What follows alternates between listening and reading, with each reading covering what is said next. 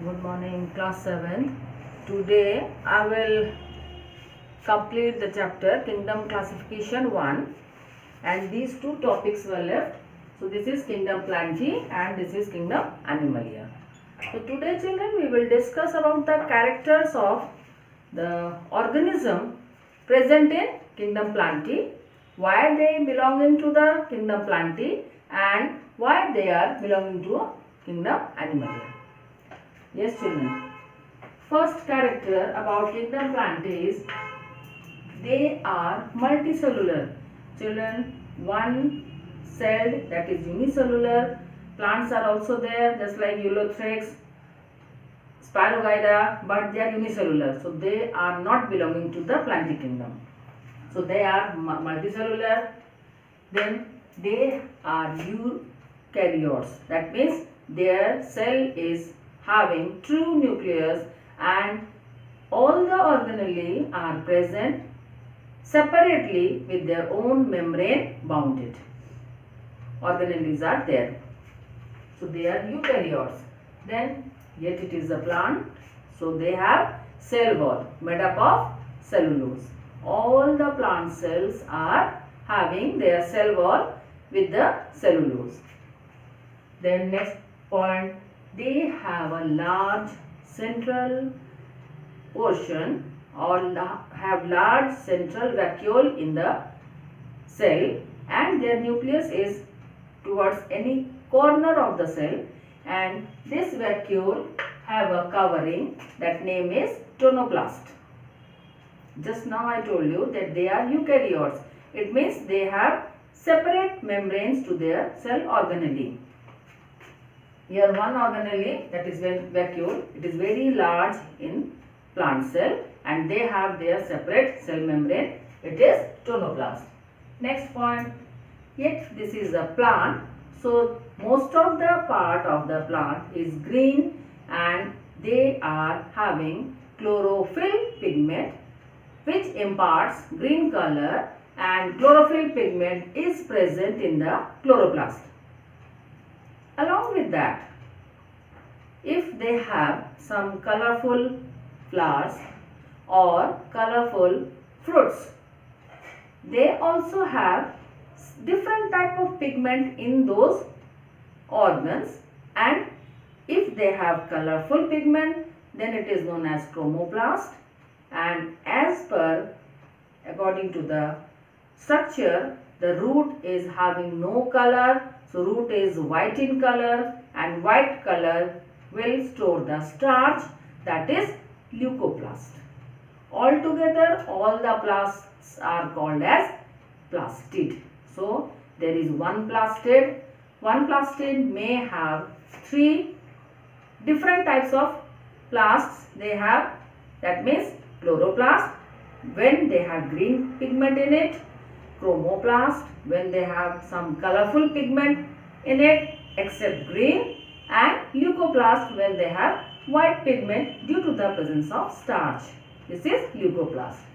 Now they are autotrophic. Yes, children, if they are having green pigment, it means they can prepare their own food, and at that time they are termed as autotrophic. That means they can prepare their own food with the help of sunlight and chlorophyll. That means they can do photosynthesis. Next, body is irregular in shape. Yes, children, irregular only due to the presence of branches.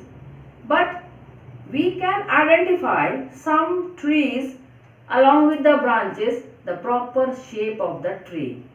Mango, neem, blackberry, whatever trees. If you know about the tree, then you can recognize that tree according to their branching system.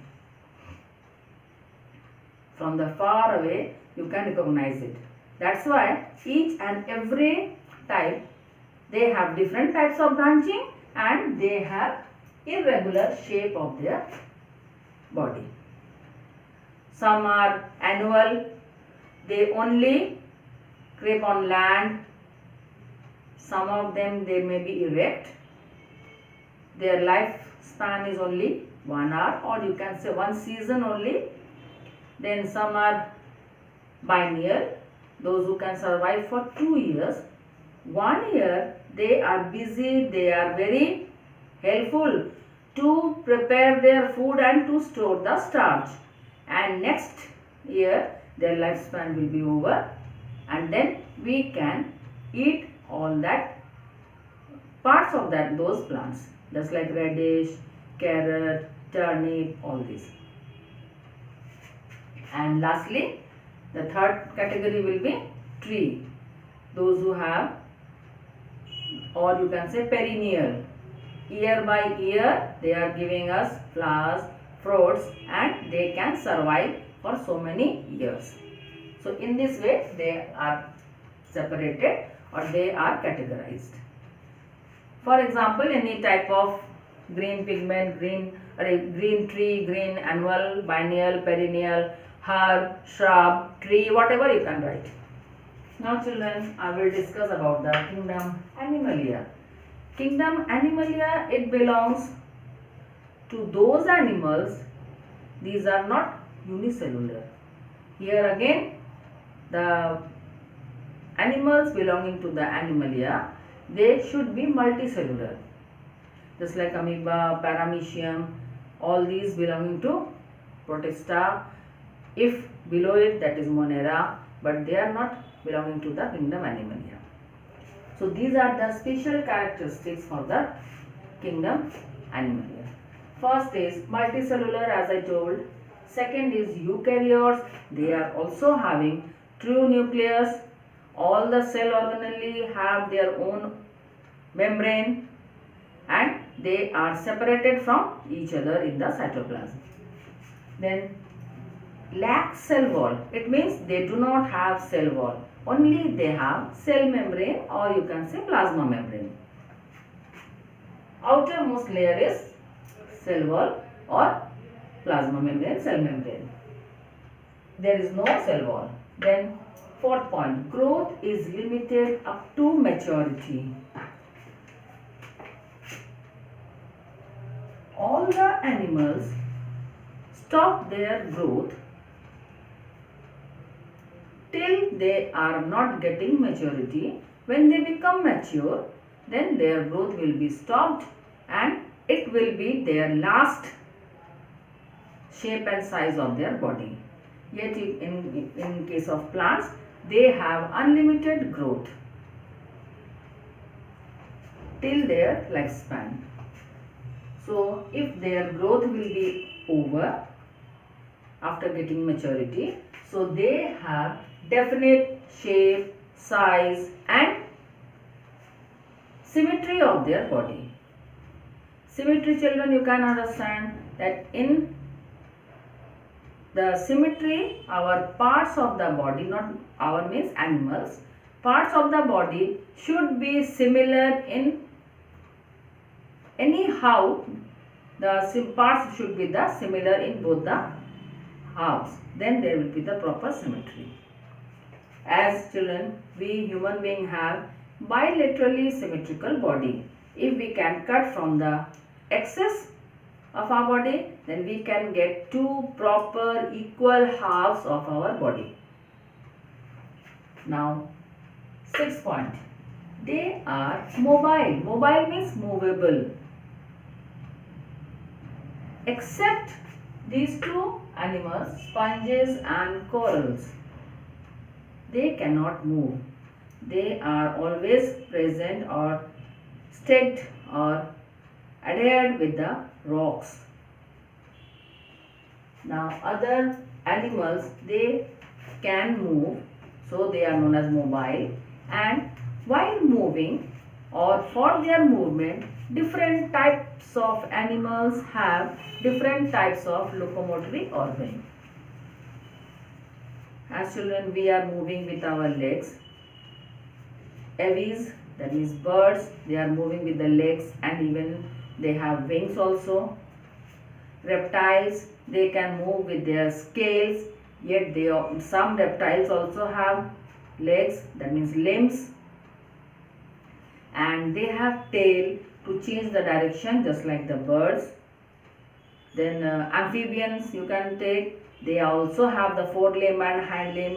With their limbs they can move in water also, and they can move on land also.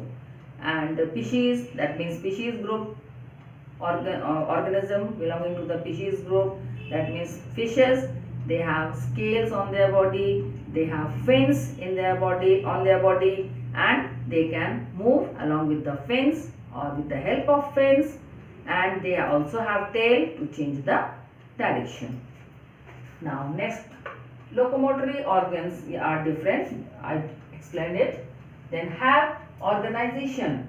All the animals, they have any type of organization of their body according to their category. See, first the cellular organization. They have only the cells, or many cells are there, but cells are not working together. All the cells are different in their activities, just like sponges. So they are having cellular body. Then tissue system. Tissue system, when cells are working together and all the functions are related with each and every cell, then this organism is having tissue level of organization. After that tissue level, when the animals becomes more developed, then they form some organs by the combination of different types of tissue, different types of organ they form, and all the organs complete their different types of function according to their activity. So at that time the level system will be organ level system. And next, last one, organ system. All the organs when combined to form a single system, then this type of system is known as organ system, or level is called as organ system level. Just in any body, suppose in our body, mouth, then food pipe or esophagus, stomach, along with that stomach there is liver, pancreas, then we have duodenum, then we have small intestine, then large intestine, then rectum, and then through the anus we are throwing our waste materials. So all together all these organs will form the digestive system. In this way the level of organ system will be completed, and when all the systems are working together for one body, then it is known as organism. So children, according to kingdom Animalia, all these points are related to the animals, and lastly, well developed animal have the organ system, and that's why they are known as organism. Okay children, now God bless you. Thank you.